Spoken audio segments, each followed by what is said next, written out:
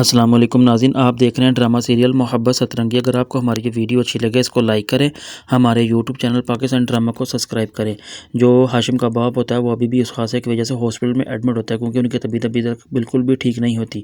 लेकिन जो हाशिम का भाई होता है वो अपनी मदद से कहता है कि आप दुआ करेंगे जल्द से जल्द बाबा को होश आ जाए, लेकिन उनकी अच्छी ज़िंदगी मिल जाए। लेकिन जो उसकी माँ होती है वो कहती है कि जब तुम अपने बाबा को देखो तो उन तुम्हारी आंखों में बिल्कुल भी एक आंसू ना हो, ऐसा ना हो कि मैं अब तुम्हारे भाई हाशिम के साथ अब किसी को हम नहीं खोना चाहते।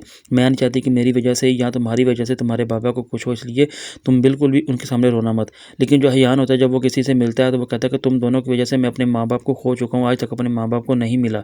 लेकिन वो दोनों कहते हैं कि हमारी इसमें क्या कुछ वजह है, हमारी इसमें कोई गलती नहीं है, ना ही हमारे ऊपर इस तरह का कोई इल्ज़ाम लगाया जाए।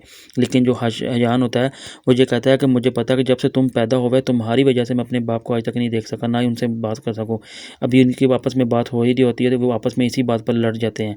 लेकिन जो मारिया होती है अजीम की बीवी, वो मजीबीन से कहते हैं कि तुम अब अपने आप को संभालो, ऐसा अब नहीं है कि जो हाशिम वापस आ सके। लेकिन वो हर एक बात को महसूस करती है जो हाशिम के साथ जुड़ी होती है और बात बात पर हाशिम को पुकारना शुरू कर देती है। लेकिन वो इस बात से बेखबर होती है कि हाशिम तो अब मर चुका है, वो कभी वापस नहीं आने वाला। लेकिन जो उसकी माँ होती है वो उससे मैरिया कहती है कि मैं चाहती हूँ कि इसकी मेंटली हेल्थ के लिए हम किसी अच्छे डॉक्टर को दिखाएं। लेकिन वो उसकी माँ कहती है कि तुम्हारा कहने का मतलब कि मेरी बेटी पागल हो गई है। जब अय्यार मानूर को देखता है तो वो उससे मिलता है और मिलने के बाद मानूर से कहती है कि मैं तुम्हारा शुक्रिया कैसे अदा करूँ कि तुम जैसे ही वक्त पे पहुँचे तुम तायाजान और हाशिम को हॉस्पिटल लेके हो।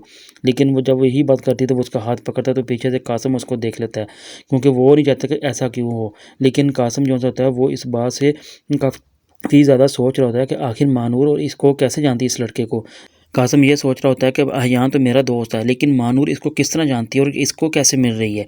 लेकिन वो इस बात को सोच कर बहुत ज़्यादा परेशान और बहुत ज़्यादा शर्मसार हो जाता है कि मैं अब अगर घर में बताऊँ तो किसको बताऊँ, और अगर मानूर से पूछूँ तो इससे किस तरह पूछूँ कि आखिर तुम अहयान को और मेरे दोस्त को किस तरह जानती हो और कहाँ मिली हो।